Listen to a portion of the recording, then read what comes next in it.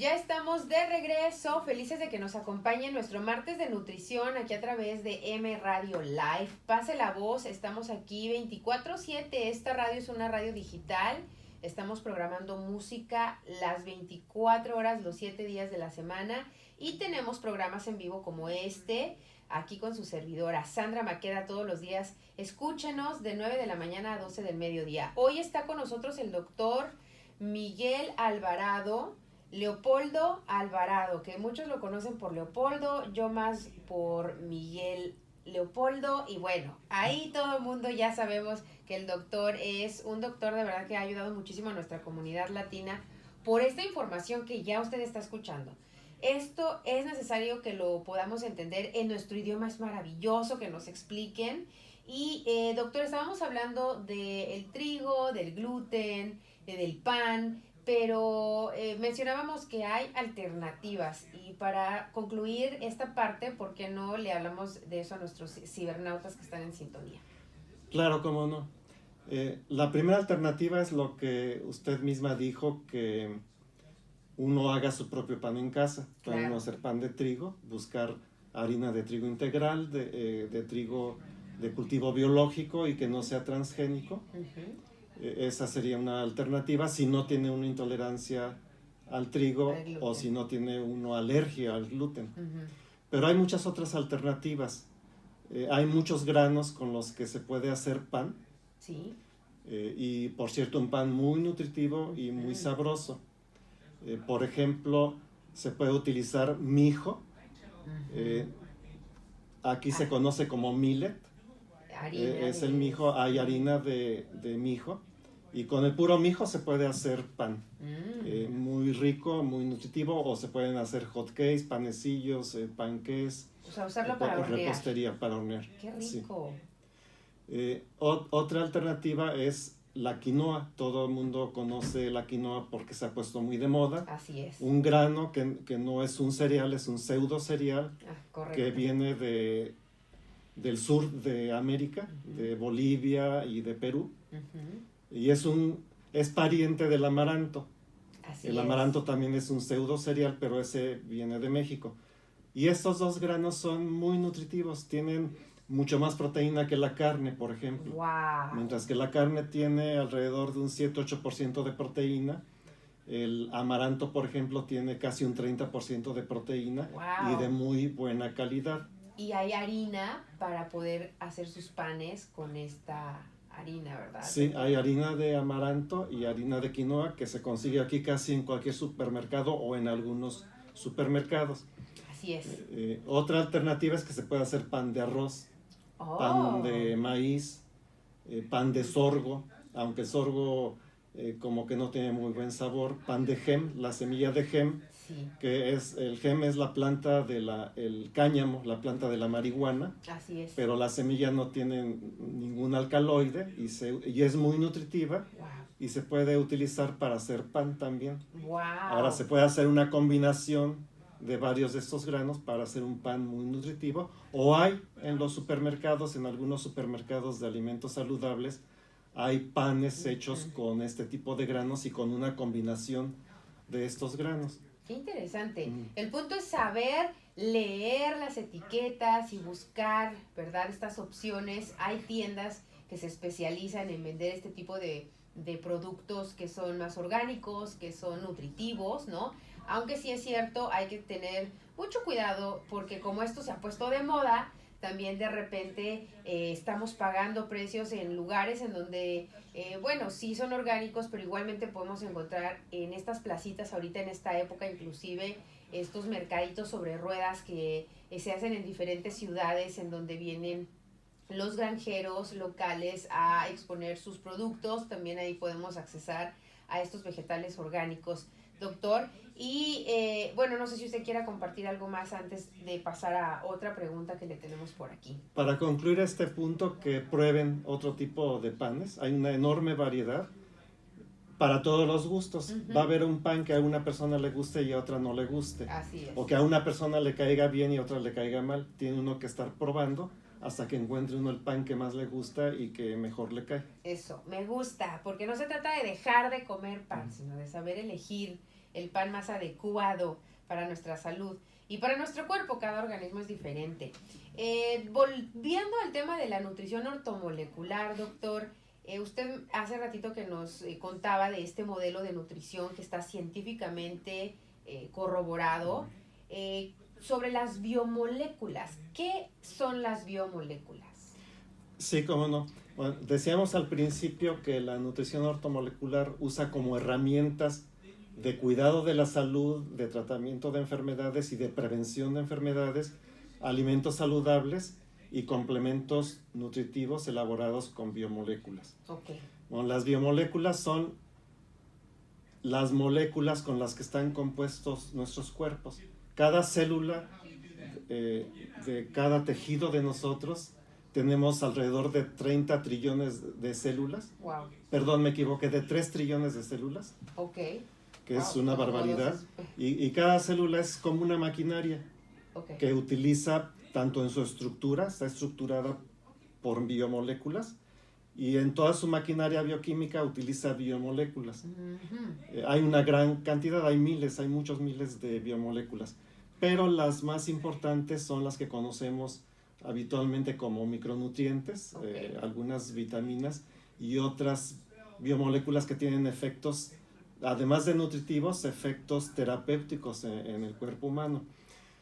Se ha establecido también científicamente que nuestras células tienen la capacidad de repararse, de autorrepararse y de sanar cuando han sido dañadas por distintos factores medioambientales.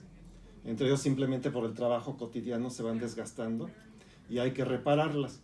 Nuestras células se pueden reparar ininterrumpidamente, continuamente, siempre y cuando le demos la materia prima que necesita. Y la materia prima que necesita son las moléculas que se encuentran presentes en nuestro cuerpo y en los alimentos. Por ejemplo, una vitamina, digamos la vitamina B1, la podemos obtener de pan, de fruta, de tortillas o de otros alimentos, y va a formar parte de nuestra maquinaria bioquímica, ayudándonos a producir energía y a muchas otras funciones bioquímicas de nuestro cuerpo y de nuestras células. Pero si falta un solo elemento nutritivo, todo el trabajo de reparación celular se interrumpe.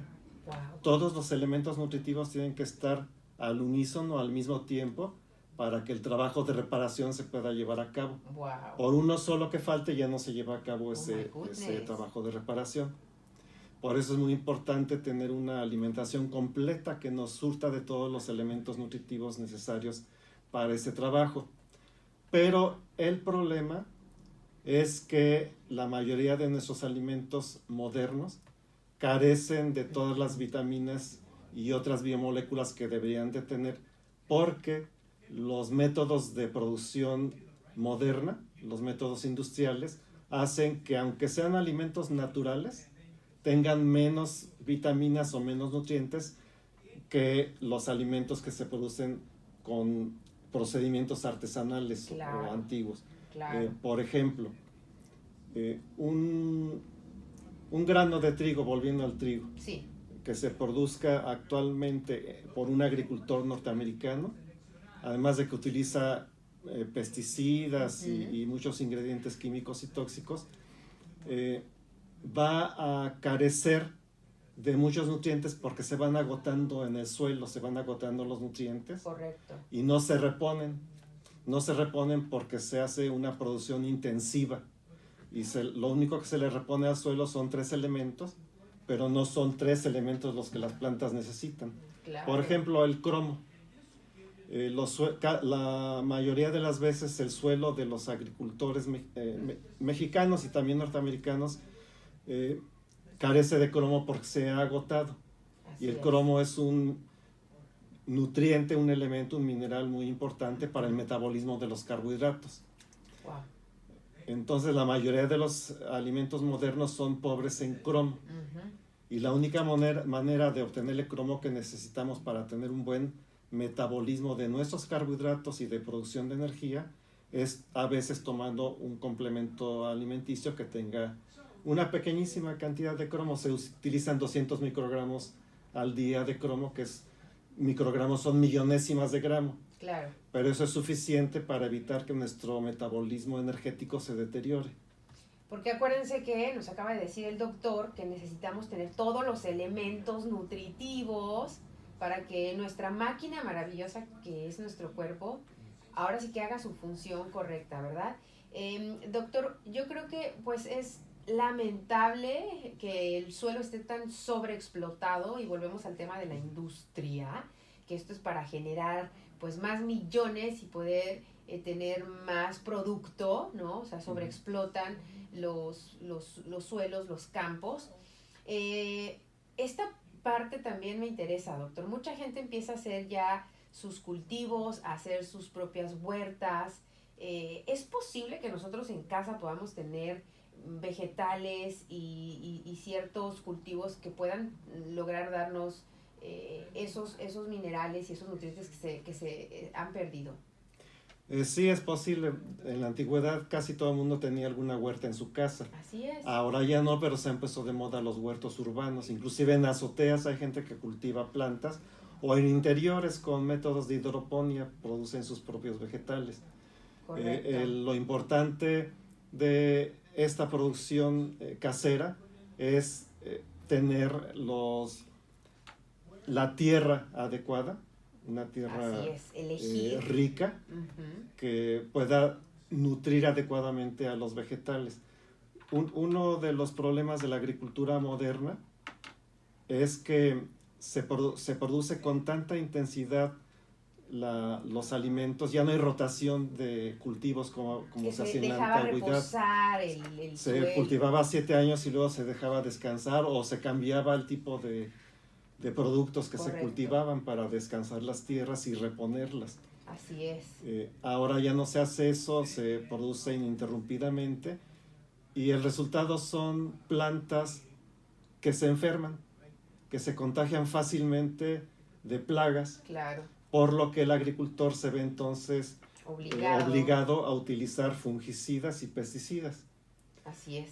Pero a veces los fungicidas pueden matar también a las plantas que están cultivando y por eso se crearon los transgénicos, para que sean resistentes a los pesticidas, a los fungicidas, a los insecticidas.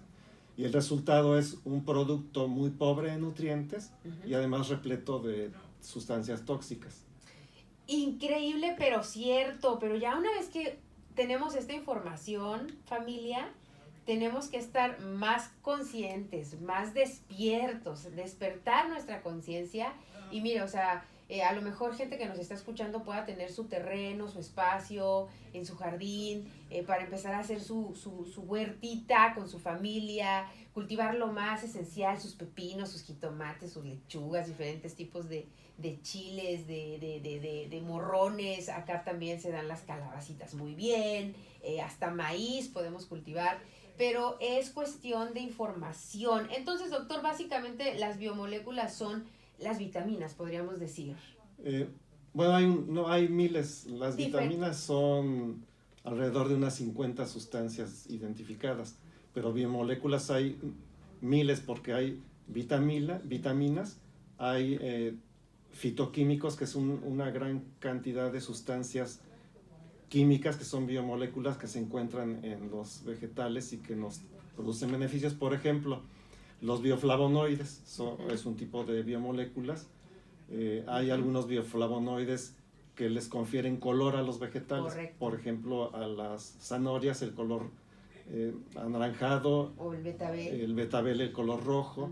Y bueno, esos flavonoides tienen una función para las plantas, pero tienen efectos benéficos en el ser humano. Casi todos son antioxidantes, protegen a la vitamina C para que la vitamina C no se oxide, pero protegen a todas nuestras células de la acción de los radicales libres y de otras toxinas. Además, hay, por ejemplo, coenzimas, una gran cantidad de coenzimas que son biomoléculas que se obtienen de los alimentos y cada una tiene funciones específicas en el organismo. Un ejemplo podría ser la coenzima Q10. O hay enzimas que deberíamos de obtener de los alimentos crudos. Las enzimas se destruyen cuando un alimento se cocina. Así es. Por eso es muy importante incluir en nuestra alimentación siempre comida cruda, vegetales, frutas. El yogur se puede considerar un alimento crudo porque tiene bacterias vivas. Y también es un producto muy rico en enzimas. Entonces las enzimas tienen funciones catalíticas en nuestras células. Ayudan a construir otras sustancias, ayudan a la transformación de una sustancia a otra sustancia. Y se producen miles de transformaciones cada segundo se producen miles de transformaciones en una célula. Y las enzimas se encargan de ese trabajo. Y las coenzimas también. Y luego las vitaminas forman parte de las enzimas y de las coenzimas. Hay enzimas que no pueden funcionar bien si falta alguna vitamina. Es toda esa sinergia que debe haber entre un universo de nutrientes. Es como una sinfonía. Sí, Roy, otra vez comento sobre Abraham Hoffer en su libro de nutrición ortomolecular, dice que la nutrición es como una sinfonía, como una sinfónica. Dice, pero uno puede estar escuchando la melodía y de repente falla un instrumento y se echa a perder la melodía, y es lo que pasa en el cuerpo. Toda la sinfonía bioquímica de nuestro cuerpo puede estar funcionando bien, pero si falta un elemento, todo se destruye. Qué increíble. Bueno, vamos a ir a nuestro último corte y ya regresamos para concluir el tema del día de hoy. Estamos hablando de medicina ortomolecular con el doctor Miguel Leopoldo Alvarado Saldaña. No te vayas, regresamos en un ratitito.